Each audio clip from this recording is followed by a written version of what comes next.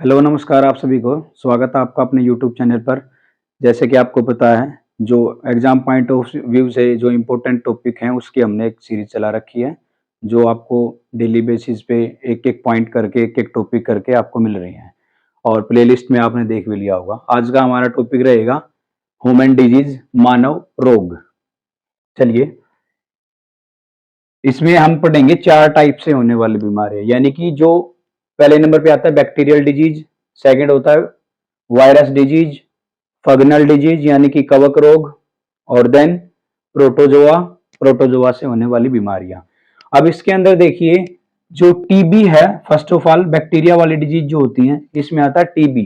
TB tuberculosis, Hindi में कहते हैं क्षय रोग। उसके बाद किसके द्वारा टीबी होती है, इसका पैथोजन क्या है, रोग जनक क्या है, bacterium tuberculosis, bacterium tuberculosis. TB के लिए वैक्सीन क्या होगी, बीसीजी, बेसाइल कैलेमेट यूनिन।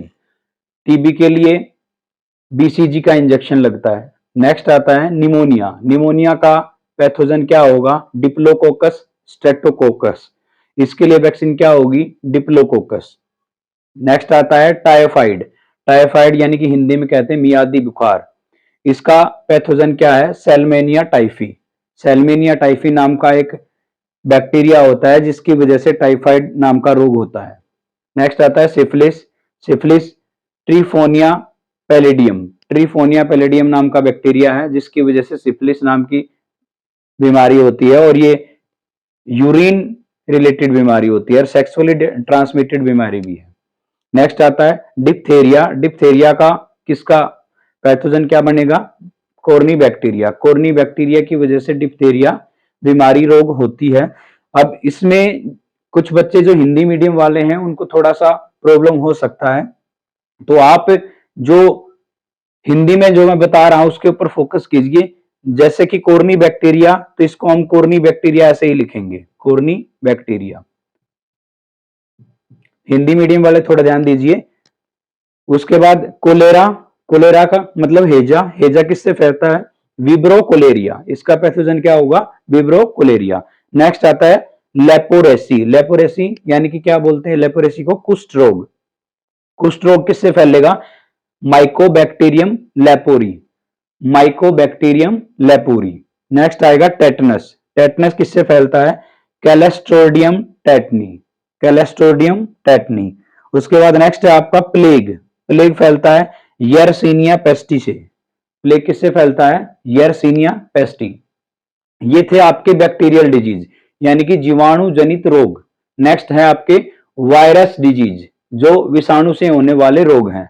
इनमें पहले नंबर पे है डेंगू, अरबो वायरस से फैलता है डेंगू। चिकनगुनिया, चिकनगुनिया वायरस से फैलता है। चिकन फॉक्स जिसको हिंदी में छोटी माता भी कहते हैं, ये फैलता है वेरिशोला वायरस से। स्मॉल फॉक्स ये फैलता है वेरियोला वायरस से। इनमें थोड़ा सा ही डिफरेंस है, ध्यान रखना, वेरिशोला और वेरियोला वायरस। इसके बाद इसकी वैक्सीन क्या है, चिकन फॉक्स और स्मॉल फॉक्स की दोनों की एक ही वैक्सीन है जिसका नाम है स्मॉल पॉक्स, और एडवर्ड जेनर के द्वारा इसका निर्माण किया गया था, जिनको चिकित्सा विज्ञान का जनक भी कहते हैं। नेक्स्ट आता है पोलियो, पोलियो फैलता है पोलियो वायरस से। पोलियो की दो वैक्सीन है यहाँ पे, एक होता है आईपीवी और एक होता है ओपीवी। आईपीवी का मतलब होता है inactivated polio virus, then oral polio virus. Inactivated मतलब ये इंजेक्शन के रूप में दिया जाता है। ओरल पोलियो वायरस जो है ये छोटे बचपन में जो बच्चे होते हैं, छोटे छोटे बच्चों को उनको पोलियो की ड्रॉप्स जो पिलाई जाती हैं। वैसे तो ये मोनोसाइट में ऐड होते हैं, ह्यूमन बॉडी की डब्ल्यूबीसी है मोनोसाइट, जो सबसे बड़ी डब्ल्यूबीसी है, उसके अंदर ये जाके ऐड होते हैं जो कि मेमोरी सेल में होते हैं। ये बीमारी आपके अंदर ना होते भी छोटी छोटे बच्चों को ये पोलियो की डोप पिलाई जाती है, जबकि उनको पोलियो वायरस होता भी नहीं है, लेकिन फिर भी ये पिलाई जाती है क्योंकि ये क्या करती है, मोनोसाइट में जाके ऐड हो जाती है, जो आगामी बीमारियां उनसे बचाने के लिए आपकी इम्यूनिटी को बनाए रखती है। नेक्स्ट आता है रेबीज, रेबीज फैलता है रेबडा वायरस से। वैक्सीन इसकी क्या है, एंटी रेबीज। इसके बाद है इन्फ्लुएंजा फ्लू, इन्फ्लुएंजा फ्लू फैलता है इन्फ्लुएंजा वायरस से। हेपेटाइटिस, हेपेटाइटिस होता है ए बी सी डी और E, hepatitis A B C D और ई, इतने टाइप का हेपेटाइटिस होता है।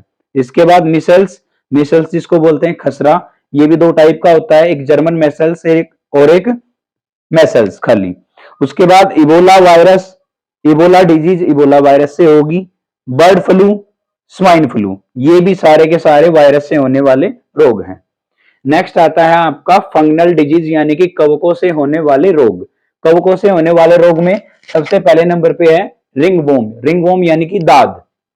ये इसका पैथोजन क्या है, ट्राइसोपेटोन, ट्राइसोपेटोन। उसके बाद सेबिस, सेबिस का मतलब खाज, खाज खुजली, ये फैलता है एक्सकेरेसिस सेबिसिस से।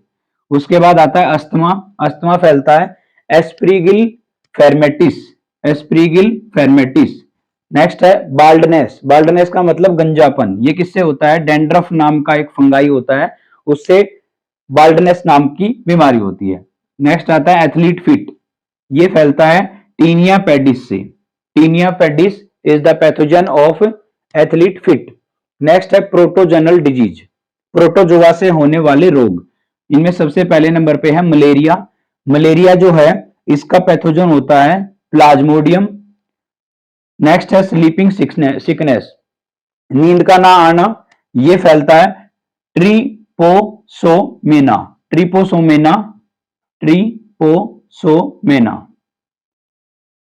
इस पैथोजन से ये फैलता है।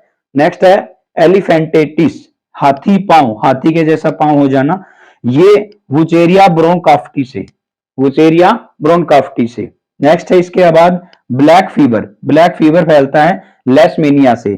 कई बार एग्जाम में इसका नाम आ जाता है काला अजार, या हिंदी वाले समझेंगे दमदम बुखार, दमदम बुखार, काला अजार या ब्लैक फीवर, ये किसकी वजह से फैलता है, लेशमेनिया की वजह से फैलता है। नेक्स्ट है डायरिया, डायरिया किसकी वजह से फैलेगा, एंटामोबिया हिस्टोलेटिका, ध्यान रखना क्या बोल रहा हूं मैं, एंटामोबिया हिस्टोलेटिका। दूसरे नंबर पे आता है पायरिया, पायरिया किससे फैलता है, एंटामोबिया जिग्निविटीज, एंटामोबिया जिग्निविटीज। एक बार स्क्रीनशॉट ले लेंगे, और जिनको जो हिंदी वाले बच्चे हैं एक बार दोबारा से देख सकते हैं अगर उनको समझ में नहीं आ रहा है तो, क्योंकि ये जो नाम है जैसे कि हमने कुछ एक का तो हिंदी में नाम लिख दिया है, जिनका बच गया है उनको हिंदी में भी वैसे ही अनुवाद किया जाता है जैसे इनको इंग्लिश में मैंने लिखा है। और आई होप आपको ये बहुत अच्छी लगी होगी, और एग्जाम पॉइंट ऑफ व्यू से बहुत ही ज्यादा मोस्ट मोस्ट मोस्ट इंपोर्टेंट ये टॉपिक है जो बार बार एग्जाम में आता रहता है। और मेरा आपसे एक अनुरोध है कि जब भी एग्जाम, किसी भी चीज का एग्जाम देने जाएं, एक बार इसको जरूर से भी जरूर देख के जाएं, हो सकता है आपको एक ना दो क्वेश्चन जरूर से जरूर यहां से देखने को मिल जाए। आने वाले टॉपिक्स के लिए, हमारे मोटिवेशन के लिए बनते रहना, और लाइक शेयर सब्सक्राइब करते रहिए, ताकि हम आपको काफी ज्यादा से ज्यादा हेल्प करने में, सहायता करने में हम आपका अपना पूरा योगदान दे सकें। Thank you.